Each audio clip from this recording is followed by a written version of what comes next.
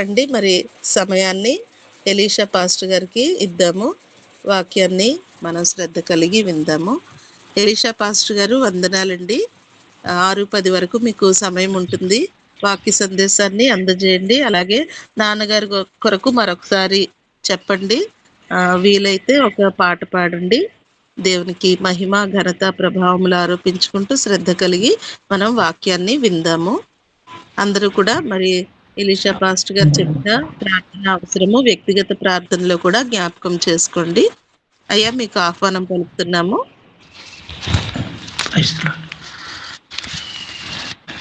దేవుని నామానికి సమస్త మహిమ ఘనత ప్రభావములు కలుగును గాక.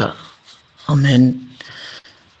ఇంత గొప్ప తరుణాన్ని, ఉదయకాల ప్రార్థనను యేసు వైపు చూచుచు అనే ఈ కార్యక్రమాన్ని ప్రతిరోజు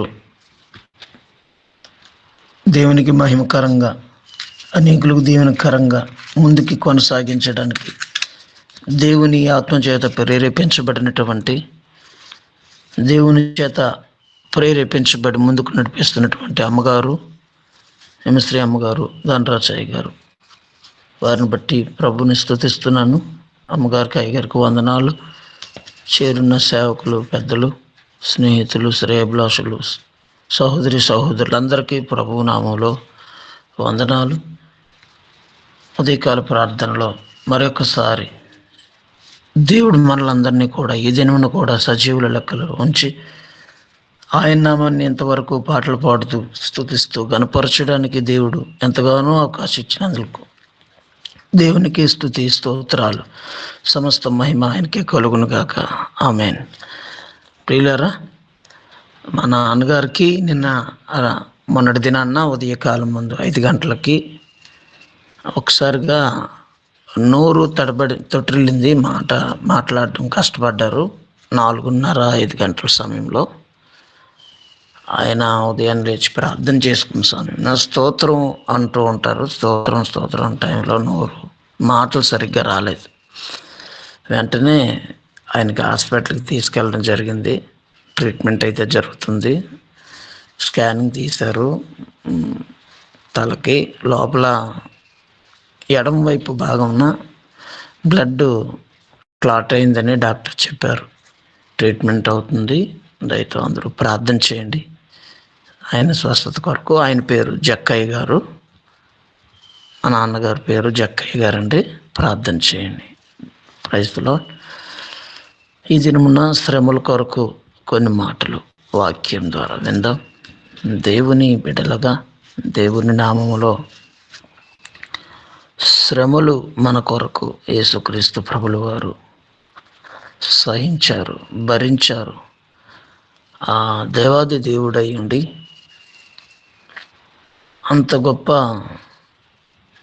ఉన్నతమైనటువంటి పరలోక రాజ్యంలో ఆ స్థానాన్ని విడిచిపెట్టి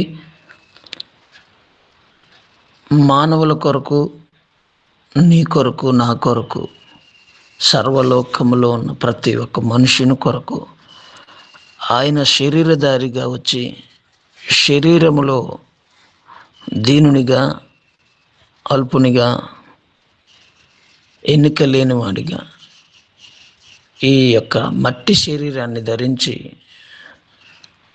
శ్రమలు అనుభవించారు. శ్రమలు అనుభవించుట యేసుక్రీస్తు ప్రభుల వారిలో నుండే మనం నేర్చుకోవాలి. ఈరోజు అంశము శ్రమలు ఆశీర్వాదం కొరకే. ప్రతి క్రైస్తవుడు శ్రమ అనుభవించాలి. శ్రమలో దీవెన, శ్రమలో ఎంతో ఆశ్చర్యమైన కార్యాలు శ్రమలు పొందుతున్నప్పుడే జరుగుతాయి.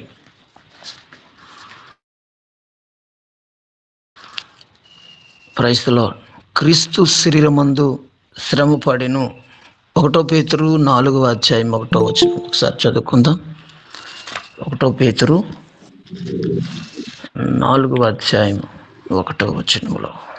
స్తోత్రం. శరీరమందు శ్రమ పడెను గనుక మీరును అట్టి మనస్సును ఆయుధముగా ధరించుకొనుడి. ఆమేన్. స్తోత్రం.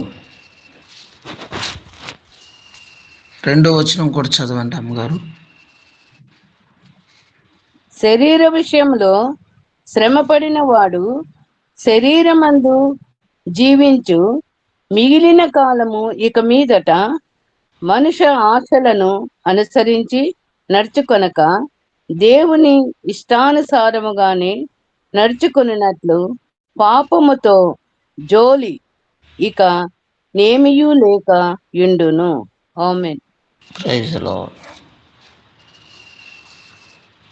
క్రీస్తు శరీరం ముందు శ్రమపడెను గనుక మీరును అట్టి మనస్సును ఆయుధముగా ధరించుకొనుడి. స్తోత్రం. క్రీస్తు శరీరమందు శ్రమపడెను గనుక మీరును అట్టి మనస్సును ఆయుధముగా ధరించుకొనుడి. శ్రమను పడడము అనేది క్రీస్తు మనకిచ్చినటువంటి గొప్ప భాగ్యం. అది మనం ధరించుకోవాలంట. శరీరమందు ఎవరైతే శ్రమను ధరించుకుంటారో ఆయుధముగా, శ్రమ అనేది ఒక ఆయుధం క్రైస్తవునికి. Praise the lord. శ్రమ అనేది ఒక ఆయుధం. ఆయుధము లేనివాడు యుద్ధ నైపుణ్యత ఎంత కలిగినప్పటికీ కూడా ఆయుధం లేకపోతే యుద్ధం చేయలేడు సైనికుడు. క్రీస్తుని వెంబడించే వారందరూ కూడా సైనికులై ఉన్నాం.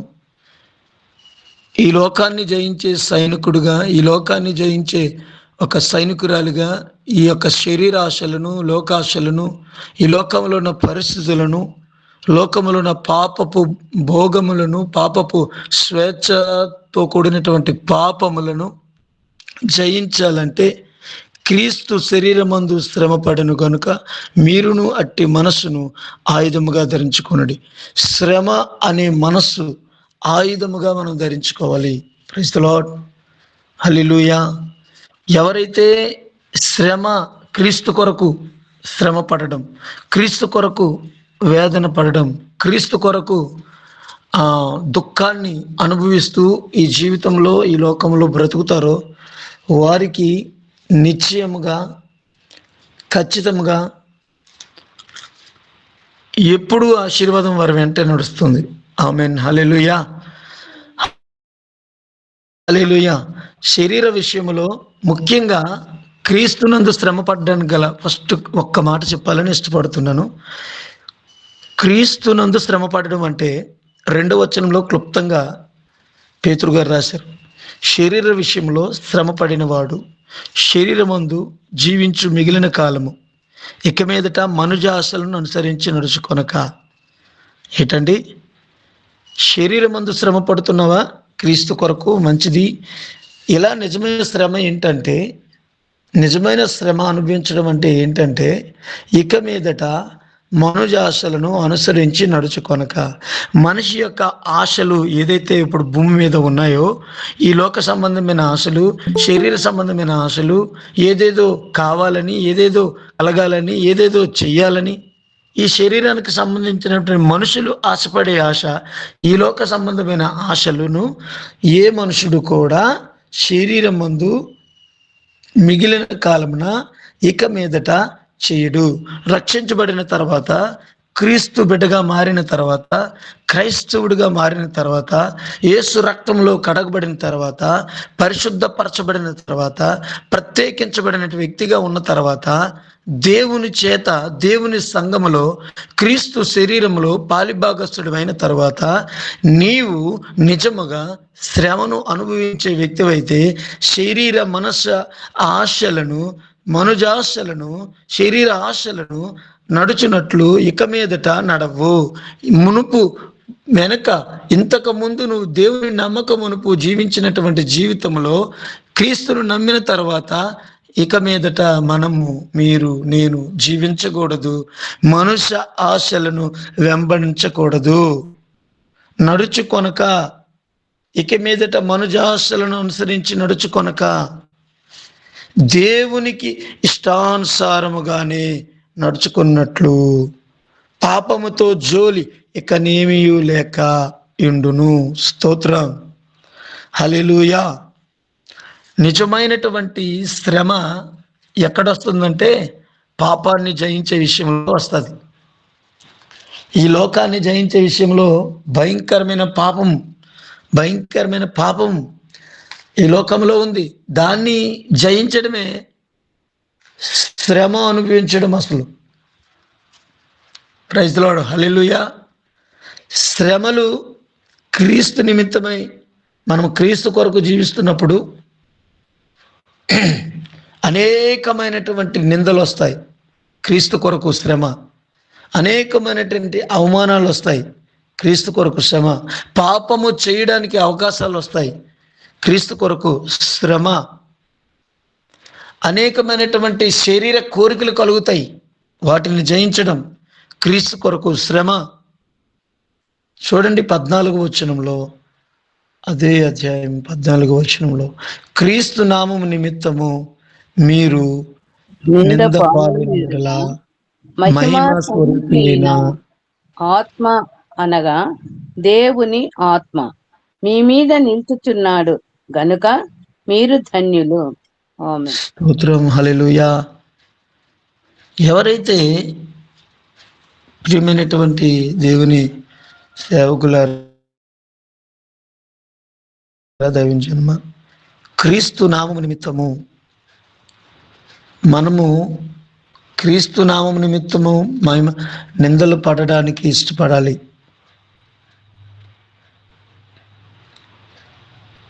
ఆది అపోస్తలులు యేసుక్రీస్తు ప్రభు నామం నిమిత్తమై నిందలు పడడం గొప్ప భాగ్యమని ఎంచుకున్నారంట. స్తోత్రం, హల్లెలూయా. కొడుతున్నప్పుడు, చెరసాల్లో పెడుతున్నప్పుడు, అనేకులు దూషిస్తున్నప్పుడు సువార్తను ప్రకటించొద్దని శాస్త్రులు, పరిసయ్యులు, సద్దుకాయులు, అనేక మంది ప్రజలు వారిని విరుద్ధంగా లేచినప్పుడు వారు చాలా ఉన్నతమైన నిర్ణయం తీసుకున్నారు. మీ మాట వినుట శ్రేష్టమా, దేవుని మాట వినుట శ్రేష్టమా? యేసు నామమును బట్టి మేము నిందలవ్వడం గొప్ప భాగ్యం అని ఎంచుకొని ఆ నిందలు అనుభవించారు.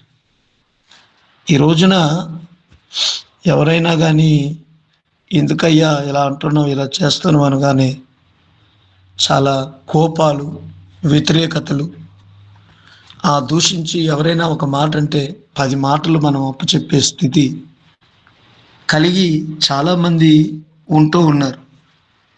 క్రీస్తు నిమిత్తమై నువ్వు నింద అనుభవించడం అనేది మనకెంతో మహిమ స్వరూపైన ఆత్మ మన మీద నిలుస్తుందంట. ఎంతో ఆశీర్వాదం. దేవునికి స్తోత్రం. మన మీద అభిషేకం నిలబడాలి అంటే, మహిమ స్వరూపైన పరిశుద్ధాత్మ దేవుడు మన మీద నిలబడాలంటే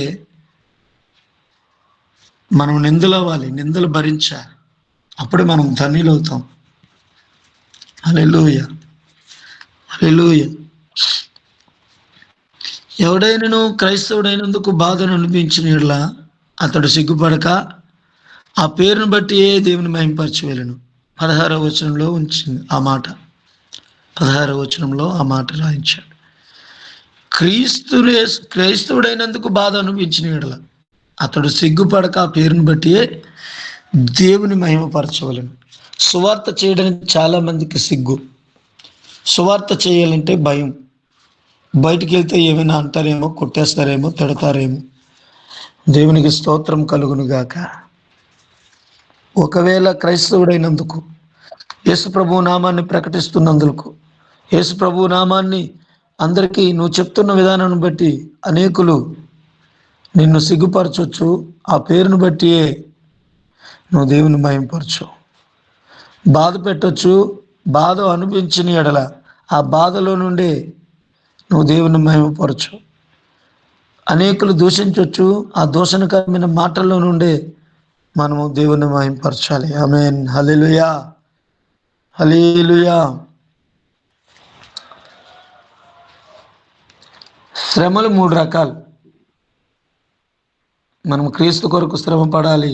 క్రీస్తు శరీరమందు శ్రమ పడ్డాడని మనం విన్నాం. శ్రమనే ఆయుధముగా ధరించుకోవాలి. అటువంటి మనస్సు మనం కలిగి ఉంటే మనకు ఆయుధముగా, ఆ శ్రమ అనేది మనకు ఆయుధంగా ఉంటుంది. ప్రజలో ఆ మనల్ని రక్షించే ఒక సాధనముగా మారుతుంది. క్రీస్తు శరీరమందు శ్రమ పడిన కనుక మీరు నట్టి మనస్సును ఆయుధముగా ధరించుకోండి. మొట్టమొదటిగా మనము శ్రమను అనుభవించడానికి ఎప్పుడైతే ఇష్టపడతామో అది ఒక ఆయుధముగా మనకి రక్షిస్తుంది. శ్రమలు అనుభవించడం ఎంతో దీవెనకరం. ఆమేన్.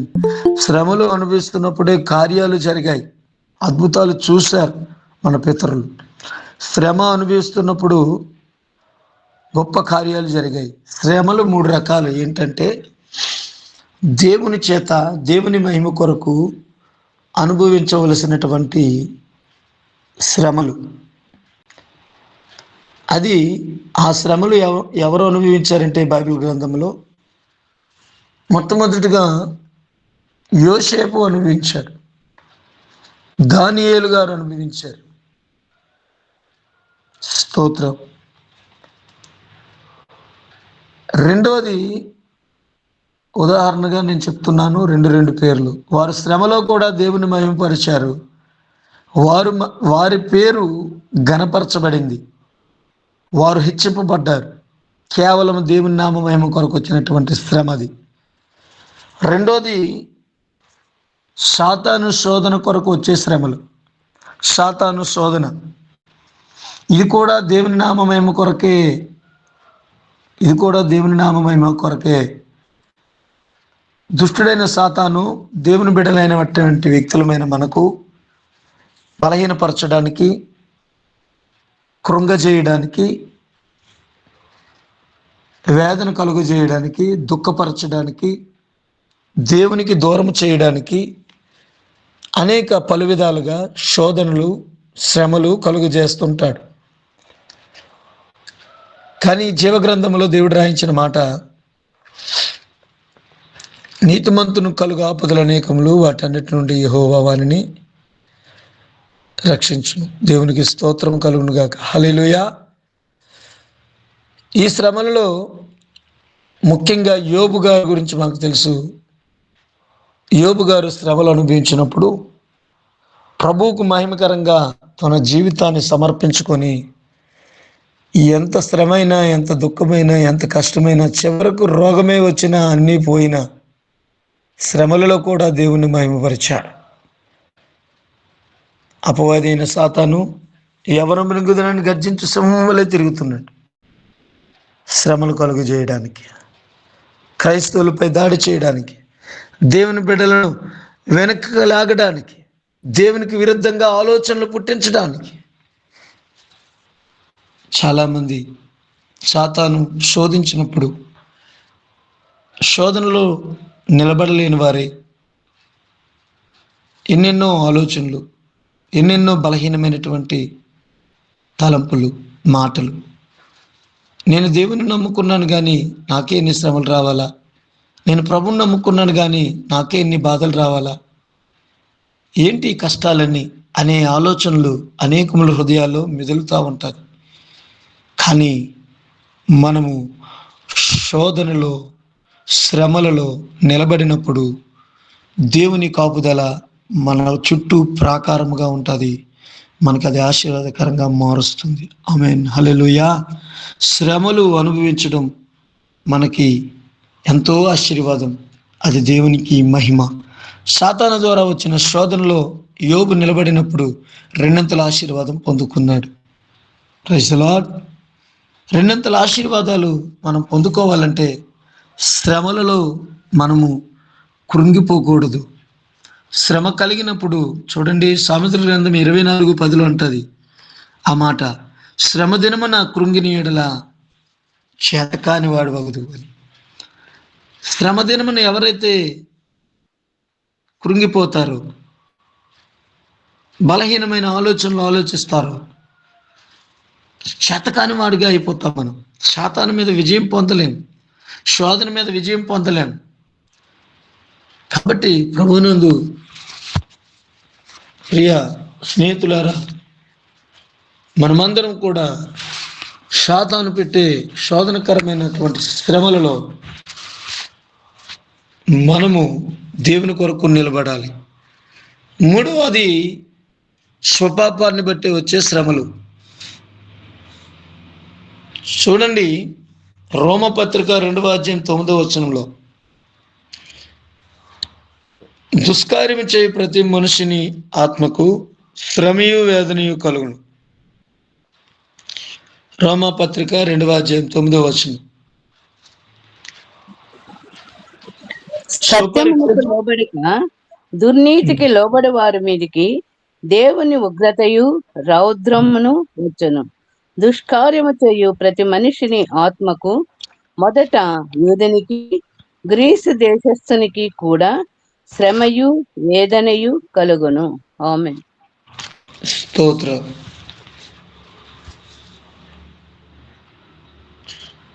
సొంత పాపాన్ని బట్టి, స్వపాపాన్ని బట్టి దేవునికి విరుద్ధంగా చేసినటువంటి ఏదైనా నేరము, పాపం చేస్తే దాని వలన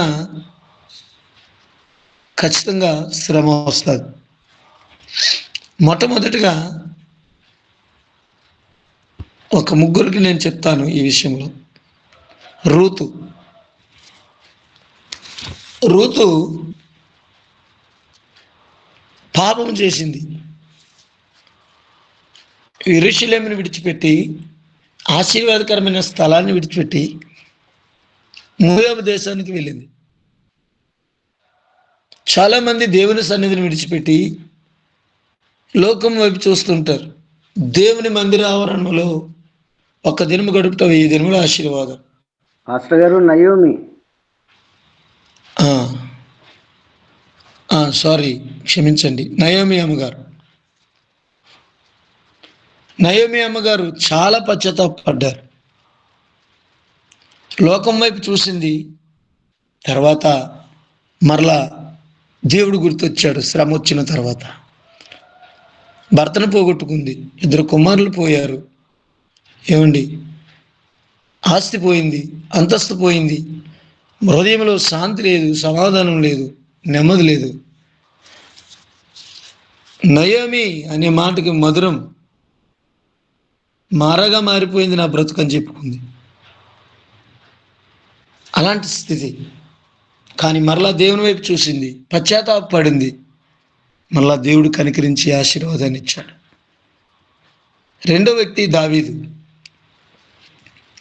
దావీదు కూడా తప్పు చేశాడు. చేసింది ఒకసారే తప్పు అయినప్పటికీ కూడా తన హృదయమంతా కూడా పశ్చాత్తాపంతో నిండిపోయాడు. దేవా, నన్ను క్షమించండి, ప్రభువా, నీ పరిశుద్ధాత్మ నాలో తీసివేయదు, నన్ను క్షమించండి అని ఎంతగానో ప్రాధాయపడి తను చేసినటువంటి తప్పు విషయంలో, పాపం విషయంలో ఏడ్చాడు, కన్నీరు కార్చాడు, దేవుని దగ్గర క్షమాపణ పొందుకున్నాడు.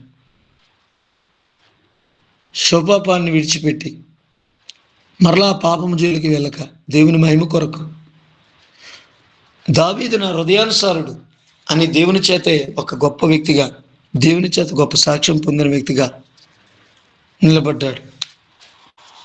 శ్రమ వచ్చింది, తన కుమారుడు చనిపోయాడు.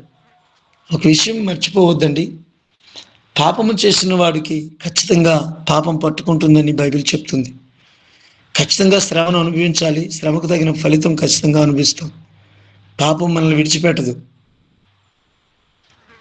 దావీదు ఆ పాపంలో వచ్చిన శ్రమను బట్టి, శ్రమ అనిపించినప్పటికీ కూడా దేవునికి విరుద్ధంగా ఇంకే తప్పు నేను చేయకూడదని నిర్ణయం తీసుకొని దేవుని కొరకు నిలబడ్డాడు. దేవుని మహింపరిచే జీవితం కలిగి జీవించాడు. హిజ్కియా ముఖ్యంగా ఇలా చాలామంది గురించి మనం చెప్పుకోవచ్చు. అయితే సౌలు గారు ఇశ్రాయేలీలకు మొట్టమొదటి రాజుగా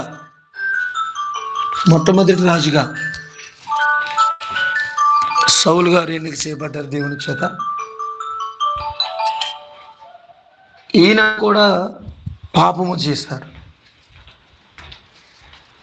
అందరి పాపముల వలన వచ్చే శ్రమలు అనిపించినప్పటికీ దేవునికి విరుద్ధంగా మరలా తప్పు చేయకుండా వారి పాపాలను విడిచిపెట్టి పశ్చాత్తాపడి దేవుని దగ్గర సమాధానం పొందారు. అయితే సౌలు గారికి క్షమాపణ రాలేదండి. సౌలు గారికి క్షమాపణ రాపోవడం గల కారణం ఏంటంటే ఆయన చేసిన పాపాన్ని ఒప్పుకునేవాడు, కానీ మరలా ఇంకొక పాపం చేసేవాడు. తను చేసిన బలహీనతను విడిచిపెడదాం అనుకునేవాడు, కానీ విడిచిపెట్టలేని జీవితమే జీవించేవాడు. తను చేసిన తప్పును క్షమాపణ దేవుని దగ్గర అడిగేవాడు, సేవకుని దగ్గరకు వచ్చి అడిగేవాడు, మరలా ఇంకొక బలహీనతను తెచ్చుకునేవాడు. తద్వారా ఏమైందంటే తన పాపము వలన తన కుటుంబము, తన రాజ అధికారం పోయింది, తన బిడ్డలు చనిపోయారు, తాను చనిపోయాడు, కుటుంబమే లేకుండా అయిపోయింది. తన స్థితి, తన గతి మొత్తం నాశనం అయిపోయింది, కేవలం స్వపాపముల వలనే. ఈ శ్రమ వచ్చింది దేవుని మహిమ కొరకే. దేవుని మహిమ కొరకే అబ్రహాము నిలబడ్డాడు. దేవుని మహిమ కొరకే ఈ శ్రమ. తన కుమారుని బలి అర్పిస్తుంటే ఆ భయంకరమైన శోధన, శ్రమ, ఒక్కగానొక్క కుమారుని కూడా ఇవ్వడానికి వెనుదిరగలే అబ్రహాము. దేవుని నామం మహిమపరిచాడు. దేవుని నామం మహిమపరచడానికి ఇష్టపడ్డాడు. దానియేలు సింహాల బోనైనప్పటికీ కూడా మోకాలు ప్రార్థన విడవలే. దేవుని నామాన్ని మహిమపరచడానికి ఇష్టపడ్డాడు. దేవుని నామ మహిమ కొరకు శ్రమ అనుభవించాడు. క్రీస్తుని ధరించడం ఒక్కొక్క క్రైస్తవునికి అవసరమైనది. దానియేలు క్రీస్తుని ధరించాడు. అందువలనే క్రీస్తుని శ్రమ వచ్చినా విడిచిపెట్టలే. Praise the lord. యోసేపు క్రీస్తును ధరించాడు. శోధన కాలంలో నిలబడ్డాడు దేవుని కొరకు. ఎన్నో శ్రమలు అనుభవించాడు, ఆశీర్వాదం పొందుకున్నాడు. దేవుని నామ మహిమ కొరకు నిలబడ్డాడు. Praise the Lord. దేవునికి స్తోత్రం. పాపము చేసినప్పటికీ కూడా పశ్చాత్తాపపడి దేవుని కొరకు తిరిగి, దేవుని వైపు తిరిగి వారి పాపాన్ని విడిచిపెట్టి మరలా ఎన్నడూ పాపము జోలికి పోనని చెప్పినటువంటి దావీదు దీవించబడ్డాడు. తన పాపములు క్షమించబడ్డాయి. తన మీద ఉన్నటువంటి అభిషేకం మరలా తన మీదకి రానయ్యింది. రాజుగా మారాడు. ఉన్నతమైనటువంటి ఘనమైన స్థానంలోకి వెళ్ళాడు. శ్రమ అనుభవించడం మనకు ఆశీర్వాదం, శ్రమ అనుభవించడం మనకు దీవెన. దేవుని నామ మహిమ కొరకు చూడండి, నిర్గమకాండం 1:12 ఐగుప్తులు శ్రమ పెట్ట కొలది ఐగుప్తులు ఇశ్రాయేలుకు శ్రమ పెట్టిన కొలది వారు ఐగుప్తులో విస్తరించబడ్డారు. నిర్గమకాండం 1:12. అయినను ఐగుప్తీయులు వారిని శ్రమ పెట్టిన కొలది వారు విస్తరించి ప్రబలిరి గనుక వారు ఇశ్రాయేలీయుల ఎడల అసహ్య పడిరి. ఆమేన్. స్తోత్రం. చూసారండి, శ్రమలు అనుభవించిన కొలది మనం విస్తరించబడతాం దేవుని నామంలో. ఆమేన్, హల్లెలూయా. శ్రమ అనేది మనకి ఆశీర్వాదం. రెండో మాట చదువుదాం. శ్రమపడు వారికి 2 సమూయేలు గ్రంథము 22:28. శ్రమపడు వారిని నీవు రక్షించదు అనే మాట ఉంటుంది అక్కడ. 2 సమూయేలు గ్రంథం 22:28.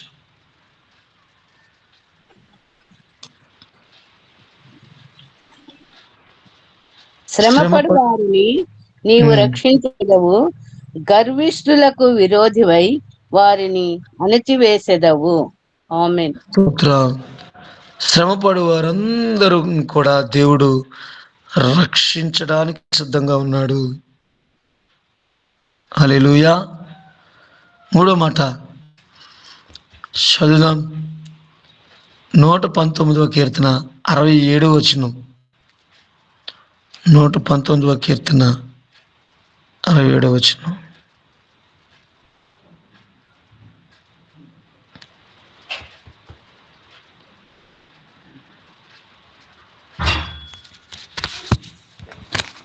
శ్రమ కలుగక మునుపు నీవు త్రోవ విడిచితివి శ్రమ కలగక మునుపు నేను త్రోవ విడిచితిని, ఇప్పుడు నీ వాక్యం అనుసరించి నడుచుకొనుచున్నాను. స్తోత్రం. శ్రమ అనేది మనకు దేవునికి దగ్గరగా నడిపిస్తుంది. శ్రమలు వచ్చినప్పుడు మనం దేవునికి సమీపస్తులు అవుతాం. శ్రమ వచ్చినప్పుడు దేవుని వాక్యాన్ని అనుసరిస్తాం. శ్రమ వచ్చినప్పుడు ప్రార్థన చేస్తాం. శ్రమ వచ్చినప్పుడు కన్నీరు కారుస్తాం. శ్రమ వచ్చినప్పుడు వేదన చెందుతాం. శ్రమ వచ్చినప్పుడు దేవుణ్ణి మహిమపరుస్తాం. హల్లెలూయా. శ్రమలు మనకి మేలే. దేవునికి స్తోత్రం కలుగును గాక. యాకోబు రాసిన పత్రికలో కూడా మంచి మాట ఉందండి. యాకోబు రాసిన పత్రిక 1వ అధ్యాయం 12వ వచనంలో, శోధన సహించువాడు ధన్యుడు, అతడు శోధనకు నిలిచిన వాడై ప్రభువు తన్ను ప్రేమించు వారికి వాగ్దానం చేసిన జీవ కిరీటము పొందును. ఆమేన్. Praise the Lord. నువ్వు మనం అనుభవిస్తున్నటువంటి ఏ శోధనైనా ఏ శ్రమైనా మనకి ధన్యులుగా మారుస్తుంది. జీవ కిరీటం పొందుకునే భాగ్యాన్ని ఇస్తుంది. శ్రమ లేనివారు ఆశీర్వాదానికి, జీవ కిరీటానికి పొందుకోవడానికి అనర్హులైపోతాం.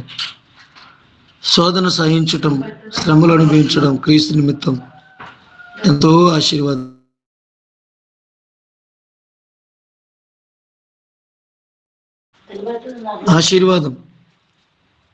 కాబట్టి మనమందరం కూడా శ్రమల విషయంలో క్రీస్తు నిమిత్తమై కలుగు శ్రమలు, సువార్త నిమిత్తమై కలుగు శ్రమలు,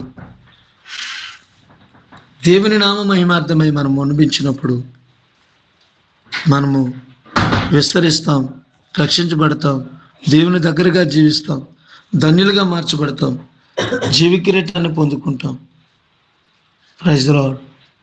ఇలాంటి ఆశీర్వాదాలు దేవుని నామములో మనం కలిగి జీవించగలం. ప్రభునందు ప్రియులారా, శ్రమ పడువారు చూడండి, ఇంకొక మాట, శ్రమలో అనుభవించేవారు దేవుని వారసులుగా మారిపోతాం. శ్రమ అనుభవించడం వలన రోమపత్రిక 8వ అధ్యాయం 17వ వచనంలో ఈ మాట ఉంది. రోమపత్రిక 8వ అధ్యాయం 17వ వచనంలో చదవగలరండి? 8:17. మనము పిల్లలమైతే వారసులము, అనగా దేవుని వారసులము, క్రీస్తుతో కూడా మహిమ పొందుటకు ఆయనకు శ్రమపడిన ఎడల క్రీస్తు తోడి వారసులము.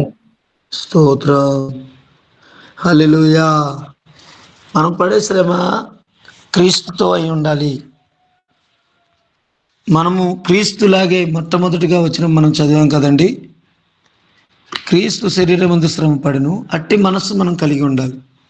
శ్రమను చూసి భయపడడం, శ్రమను చూసి వద్దనుకోవడం.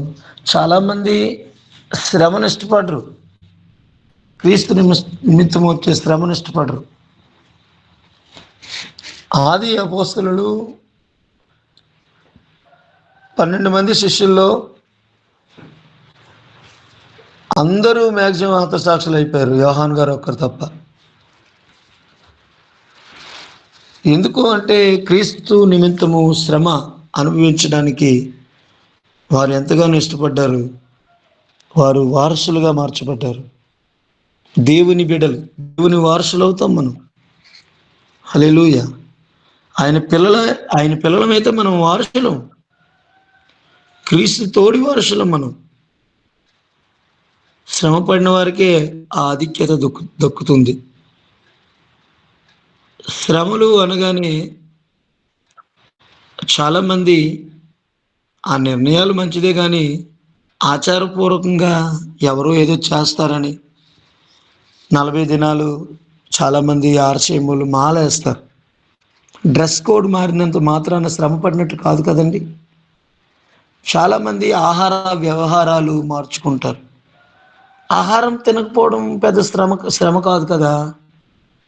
అంటే పూర్తిగా ఉపవాసం ఏమి కాదు కదా, పోనీ శ్రమ పెట్టుకొని శరీరాన్ని నలగొట్టుకొని క్రీస్తు నిమిత్తమైన శరీరాన్ని నలగొట్టుకుంటున్నానని పాపము చేయకున్నట్టు ఏవైనా బలహీనం అవుతానేమో, మిమ్మల్ని బోధించి నేను భ్రష్టుడిని అయిపోతానేమో అని అపోస్తలుడైన పౌలు గారు శరీరాన్ని నలగొట్టుకుంటున్నాను అన్నారు, జాగారముల చేత ఉపవాసాల చేత. పోనీ అలాగేనే కాదు కదా మనం భరించే శ్రమ. ఆహార వ్యవహారాల్లో మార్పు వస్తే ఆచారపూర్వకంగా అవుతుంది తప్ప శ్రమలు అనిపించడం ఏమవుతుంది? ఒక ఆహారం మానేసి ఇంకొక ఆహారం కడుపు నిండా తింటున్నాం కదా, ఇది క్రీస్తు నిమిత్తం శ్రమ అవుతుందా? పరుపు మీద పండుకోవడం మానేసి, మంచం మీద పడుకోవడం మానేసి నేల మీద పండుకుంటే అది క్రీస్తు నిమిత్తమే శ్రమ అవుతుందా? ఒకసారి ఆలోచించండి. నిద్రపోయేవాడికి ఎక్కడైతే నిద్ర వస్తుంది, ఎక్కడైనా నిద్రపోతాడు. నిద్ర వచ్చినప్పుడు క్రీస్తు నిమిత్తమే శ్రమ ఇదా? క్రీస్తు పడే శ్రమ అక్కడ, మనం పడే శ్రమ అక్కడ. ఆ శ్రమతో ఈ శ్రమతో సమానంగా పోల్చుకొని నేను కూడా క్రీస్తు శ్రమల్లో పాలుపాగస్తులు అవుతున్నాను. నేను చాలా విషయాల్లో చాలా బాధపడుతుంటాను. ఇలాంటి విషయాల్లో నిజమైన శ్రమ ఏంటి? అసలు క్రీస్తు నిమిత్తం పడే శ్రమ ఏంటి? అసలు క్రీస్తు ఉద్దేశం ఏంటి? అసలు ఏ విషయంలో మనం శ్రమ పడాలి? సువార్త విషయంలో 2 దెబ్బలకాయ సువార్త చేసినప్పుడు ఎవరైనా కొడితే భరించు, అది కదా శ్రమ. క్రీస్తు సువార్త నిమిత్తమే కదా శ్రమలు అనుభవించారు. నేను దేవుని కుమారుణ్ణి, పరలోక రాజ్యం సమీపిస్తుంది, మారు మనసు పొందండి, పాపాలు విడిచిపెట్టండి, దేవుని రాజ్యం వస్తుంది అని చెప్పబడినందుకే కదా క్రీస్తు కొరడ దెబ్బలు కాశారు. క్రీస్తు ఎక్కడైనా నేను శ్రమలు అనుభవిస్తున్నానని చెప్పి మనలాగే తిండి మానేసి ఆ కొరడా దెబ్బలు కాయకుండా కలువరిశిలువ మాను మీద మరణించకుండా ఉంటే మనకు రక్షణ వచ్చేదా? దానికి దీనికి ఏమైనా పొత్తు కుదురుతుందా? ఆయన భరించే శ్రమ దేవుని నామమహిమార్థమై తండ్రి అయిన దేవుని చిత్త ప్రకారంగా దేవుని రాజ్యం కట్టబట్టుకు శ్రమ అనుభవించారు.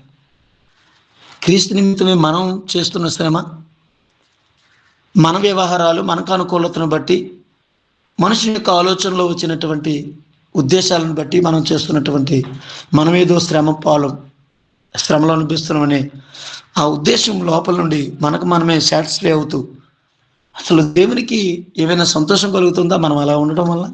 దేవుని నామం ఏమైనా మహింపరచబడుతుందా మనం అలా ఉండడం వల్ల? అంటే ఒకసారి ఆలోచించుకుంటే, ఎవరిని నేను తప్పు పట్టడానికి కించపరచడానికి మాట చెప్పడం లేదు, కానీ ప్రభునందు ప్రియులరా, దేవుని పరిచర్య విషయంలో శ్రమ పడాలి. ప్రార్థన చేయడం, ఉపవాసాలు ఉండడం, శరీరాన్ని నలగొట్టడం, పాపము చేయనివ్వకుండా, పాపపు కోరికలు శరీరంలోకి రానివ్వకుండా శ్రమ పడడం, శరీర కోరికలను చంపుకొని బ్రతకడం, శరీర ఆశలను చంపుకొని బ్రతకడం, అదే నిజమైన శ్రమ అనుభవించడం అంటే. హల్లెలూయా. క్రీస్తు నిమిత్తమై మనము శ్రమ అనుభవించాలి. మన పౌరస్థితి పరలోకంలో ఉంది, ఈ లోకంలో కాదు. మనం దేని నిమిత్తం బ్రతుకుతున్నామో దాని నిమిత్తం ప్రతిరోజు కూడా దేవుని నామ మహిమ కొరకు శ్రమలు అనుభవించాలి. హల్లెలూయా. శ్రమ పడుట మనకు ఆశీర్వాదం. క్రీస్తు ఎలాగైతే శ్రమ పడ్డాడు దేవుని రాజ్యం కట్టుబట్టుకు, దేవుని నామ మహిమ కొరకు, దేవుని చిత్తం చేయుట కొరకు మనం కూడా అదే నిమిత్తం శ్రమలు అనుభవించాలి. చూడండి, మంచి మాట 2వ తిమోతి పత్రిక 1వ అధ్యాయం 8వ వచనంలో ఉంటుంది. 2వ తిమోతి పత్రిక 1వ అధ్యాయం 8వ వచనం చదువుదాం. ఒక మాట చదివిన తర్వాత నేను ముగించేస్తానండి.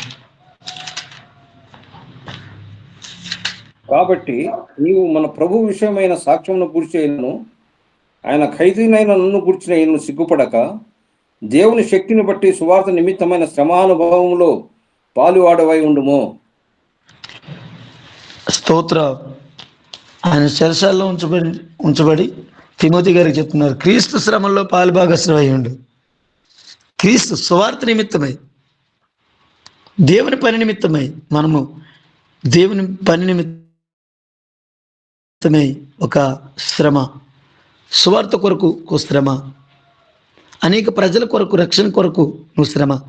ఎవరైనా నిన్ను ఏమైనా అన్నప్పుడు నీకు మహా ఆనందంగా, సంతోషంగా దాన్ని ఎంచుకో. హల్లెలూయా. చూడండి, చాలా మంచి మాట. 2వ కొరింథీ 1:5 కూడా క్రీస్తు శ్రమలు మా యందు ఎలాగ విస్తరించుచున్నవు అనే మాట కొరింథీ సంఘానికి రాస్తాడు అపోస్తలుడైన పౌలు గారు 2 కొరింథీ 1:5 అయితే క్రీస్తు నిమిత్తం మనం శ్రమలు అనుభవించినప్పటికీ కూడా మనము శ్రమలలో పడుచున్నను. ఏమండి 2 కొరింథీ 4:8 ఆ మాట, సువార్త నిమిత్తమై మనకి ఎన్ని శ్రమలు వచ్చినను మన దేవుని మహిమ కొరకు నిలబడుతున్నాము కనుక ఎటుపోయినో శ్రమ పడుచున్నాము, శ్రమ పడుచున్నను, ఇరికింపబడిన వారు కాము, అపాయములో అపాయంలో ఉన్నను కేవలము ఉపాయం లేని వారము కాము. ఉపాయం లేని వారం కాము, తరమబడుచున్నను దిక్కులేని వారం కాము, పడద్రోయబడినను నశించు వారం కాము. స్తోత్రం. ఇది మనకున్నటువంటి ఆధిక్యత, ఇది మనకున్నటువంటి దేవుని సన్నిధిలో ఉన్నటువంటి గొప్ప ఆశీర్వాదం. స్తోత్రం. హల్లెలూయా. చూసారండి వారు ఎంత గొప్ప కార్యాలు దేవుని కొరకు చేశారు. యేసు యొక్క జీవం మా శరీరమందు ప్రత్యక్షపరచబడుటకై యేసు యొక్క మరణానుభావమును మా శరీరమందు ఎల్లప్పుడూ వహించుకొని పోవచ్చున్నాము. అప్పుడే కదా యేసు యొక్క జీవం మనలో ఉన్నట్టు, అప్పుడే కదా యేసు యొక్క పరిపూర్ణత మనలో ఉన్నట్టు, అప్పుడే కదా క్రీస్తు యొక్క బిడ్డలుగా మనం మారినట్టు, అప్పుడే కదా పరలోకపు వారసులుగా మనం మార్చబడతాం. మన కొరకు మనం పడే శ్రమలో కూడా మనం నిలబడలేము. శ్రమ రాగానే ఇన్ని కష్టాల, ఇన్ని బాధల, ఏదో చిన్న అనారోగ్యం వస్తుంది. ఈ శరీరానికి రాకపోతే ఇంకా దేనికి వస్తుంది అనారోగ్యం? శరీరం ఉన్నప్పుడు అనారోగ్యం రాదా? వస్తుంది. అనారోగ్యం రాగానే ఇంకా ప్రభువా ఏటయ్యా ఇన్ని కష్టాలు ఇస్తున్నావు. చాలామంది, కొందరు, అందరూ కాదు, కొందరు ఆర్థిక ఇబ్బందులు వస్తాయి. ప్రభువా నేను దేవుణ్ణి నమ్ముకున్నాను, నాకే శ్రమలను ఆనందించాలి ప్రభు కొరకు. మనం వ్యక్తిగతమైన శ్రమల్లోనే మనం ప్రభువును మాయంపరచకపోతే, దైవికమైన శ్రమలు, దేవుని కొరకు అనుభవించే శ్రమలు, అది ఇంకా కష్టమైనవి కదా ప్రియులారా.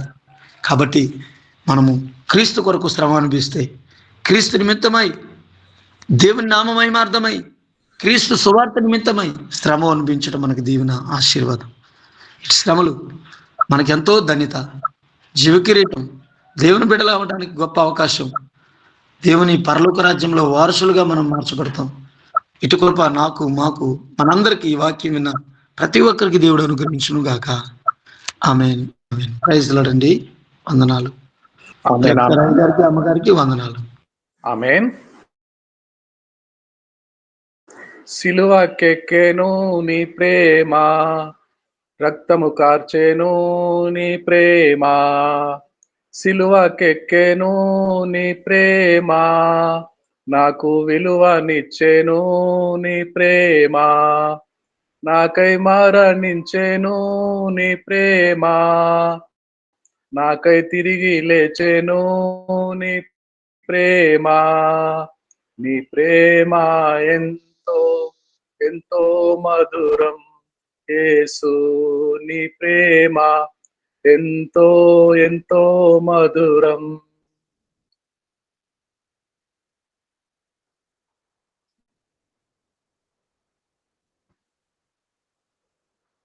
రోమీలకు రాసిన పత్రిక పరిశుద్ధ పౌలుది 8వ అధ్యాయము 18వ వచనం ప్రకారము, మన ఎడల ప్రత్యక్షము కాబోవు మహామహిమ ఎదుట ఇప్పటి కాలపు శ్రమలు ఎన్నతగినవి కావని ఎంచుకొంచున్నాం. ఆ కాలము ఎంత దూరంలో ఉన్నది? ఎంతో దూరం లేదండి, ఎంతో దూరం లేదు. జరుగుతున్న సంభవాలు, ప్రపంచ రాజకీయ పరిస్థితులు, యుద్ధము మీద యుద్ధము సమాచారంలో వినబోతున్నాం. తరచుగా ప్రతి ఏడాది ఇంతకంటే భీకరమైన యుద్ధాలు జరగబోతున్నాయి. రాకడకు గుర్తుగా మన ప్రభుల వారు ప్రత్యక్షము కాబోయే మేఘముల మీద ప్రత్యక్షము కాబోయే ఆ గడియ కొరకు ఎంతో దూరం లేదండి. ఇంకా కొంతకాలమే రాత్రి గడిచి చాలా సమయమైంది. వేకువ చుక్క ఉదయించుటకు వేకువ ప్రత్యక్షం కాబోతున్నది. ఇంకెంత కాలము శ్రమ పడతామండి? ఇంకెంత కాలము? ఎంతో కాలము లేదండి. మన ఎడల ప్రత్యక్షము కాబో మహిమ ఎదుట ఇప్పటి కాలపు శ్రమలు ఎన్నతగినవి కావు. శ్రమలు వస్తాయి. ఒక పూట భోజనం లేనందువలన శ్రమ పడుతున్నామా? చక్కగా వివరించారు దేవుని దాసులు ఎలీషా గారు. పాస్టర్ గారు, మీకు ధన్యవాదాలు తెలియజేస్తున్నాము. గాడ్ బ్లెస్ యూ అండి. మీ కొరకు, నాన్నగారి కొరకు, హాస్పిటల్లో ఉన్న నాన్నగారి కొరకు తప్పకుండా ప్రార్థన చేద్దాం. నాకు వచ్చినట్టుగానే సరిగ్గా 2 సంవత్సరాల క్రితం నాకు వచ్చినట్టుగానే బ్రెయిన్లో క్లాట్స్ వచ్చినాయి. అయినా నన్ను లేవనెత్తి ఆరోగ్యం ఇచ్చిన దేవుడు నాన్నగారిని కూడా తప్పకుండా లేవనెత్తుతాడు, ఆరోగ్యం ఇస్తాడు. మరలా క్రీస్తు కొరకు క్రైస్తవుడైనందుకు ఆ పేరును బట్టియే ఓర్చుకుందాం, సహించుదాం, శ్రమలు ఎదుర్కొందాం. దేవునికి మహిమ కలుగునుగా. శాంతకుమార్ గారు చిన్న మాట ప్రార్థన చేయగలరా? ఒక మాట. శాంతకుమార్ గారు. పరిశుద్ధుడా, ప్రేమ నమ్మకం గల మా తండ్రి, కృపా కనికరం మా ప్రభువా, జీవం వలన ఆయన వందనాలు స్తోత్రాలు చెల్లించుకుంటున్నాం. ఈ ప్రాతకాల సమయంలో ప్రభువా తండ్రి యేసు చూస్తున్న సహవాసంలో మేము పాలు పొంది మేము మహింపరచడానికి, మేము ఘనపరచడానికి, కొనియాడటానికి నా తండ్రి స్తుతించి ఆరాధించడానికి నా తండ్రి ప్రతి పెదవుల కదలికలను ప్రభావం దీవించి ఆశ్రయించండి తండ్రి. సహాయం చేయండి ప్రభా తండ్రి. మీ దాసుల ద్వారా విత్తబడిన వాక్యం ప్రభా ప్రతి బిడ్డ యొక్క హృదయంలో ఫలించిన తండ్రి. శ్రమలకు భయపడక నా తండ్రి, వాటిని చూచి నా తండ్రి మేము వెనుకంజ వేయక నా తండ్రి, ఈ రక్షణ మార్గంలో ప్రభా తండ్రి శ్రమల ఆయుధము ధరించుకొని ప్రభా ఆ ఆయుధమును ఏ విధంగా ఉపయోగించుకుని ఆ శ్రమల నుండి మేము జయించవలసి ఉందో ప్రభా మాకు చక్కటి ఆలోచన, చక్కటి ప్రభా తండ్రి మార్గమును మాకు ప్రణాళికను దయచేసిన తండ్రి. మీ మహిమలో ప్రభా మమ్మల్ని నడిపించమని విజ్ఞాపన చేస్తున్నాం తండ్రి. సహాయం చేయ ప్రభా తండ్రి. చక్కటి వాక్య శ్రమ ప్రభా తండ్రి మేము భయపడక నా తండ్రి వాటిని ధైర్యముతో వాటిని ప్రభా తండ్రి ఆయుధం ధరించుకొని ప్రభా క్రీస్తుడిగా నడవటానికి కృపను దయచేయండి తండ్రి. సహాయం చేయండి తండ్రి. నా అయ్యగారి యొక్క తండ్రి గారికి ఉన్నటువంటి ఆ యొక్క బలహీనతను బట్టి మీ పాసులో జ్ఞాపన చేస్తున్నాం తండ్రి. ఆయన జ్ఞాపం చేసుకోండి అయ్యా. ఆయన ముట్టండి తండ్రి. సంపూర్ణమైన స్వస్థత దయచే తండ్రి. సహాయం చేయండి తండ్రి. నాయన మీరే ఆయన తోడుడు మీ కృపతో నడిపించిన ఆయన తండ్రి. నా చేరి సహవాసంలో చేరున్న ప్రతి కుటుంబాన్ని మీరు దీవించి ఆశ్రయించి ప్రతి కుటుంబ అవసరాలను కృపలో తీర్చమని తండ్రి మీ మహిమకరంగా ప్రతి బిడ్డను నడిపించి వాడుకోనమని విజ్ఞాపన చేస్తూ తండ్రి నా సహవాసాన్ని ఇంకొన్న ప్రభావ మీరు దీవించి ఆశ్రయించి మీ కృపలో భద్రపరిచిన తండ్రి. దినదినము ప్రభావ తండ్రి నా చక్కటి మెట్లతో అభివృద్ధిపరిచి ఫలింపచేసి విస్తరింపచేయమని విజ్ఞాపన చేస్తూ క్రీస్తు నామంలో అతి దీనమునస్తూ బ్రతిమారి వేడుకొచ్చున్నాం తండ్రి. ఆమేన్. ఆమేన్. ఆమేన్. ప్రభు నేర్పిన ప్రార్థన చెప్పుకుందామండి. ప్రభు నేర్పిన ప్రార్థన.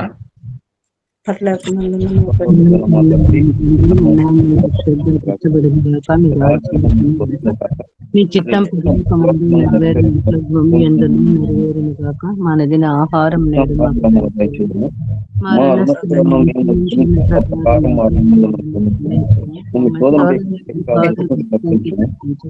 రాజ్యం, బలం, శక్తి, ముఖ్యంగా నిరంతరం మీరైనారు తండ్రి. చక్కని వాక్యము మనకు అందించిన పాస్టర్ ఎలీషా గారు.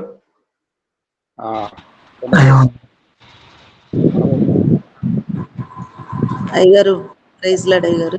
ఒక చిన్న మాట. ఈరోజు సేవకులు వస్తుంది, ప్రేయర్ చేయండి అయ్యగారు. తప్పకుండా అమ్మా.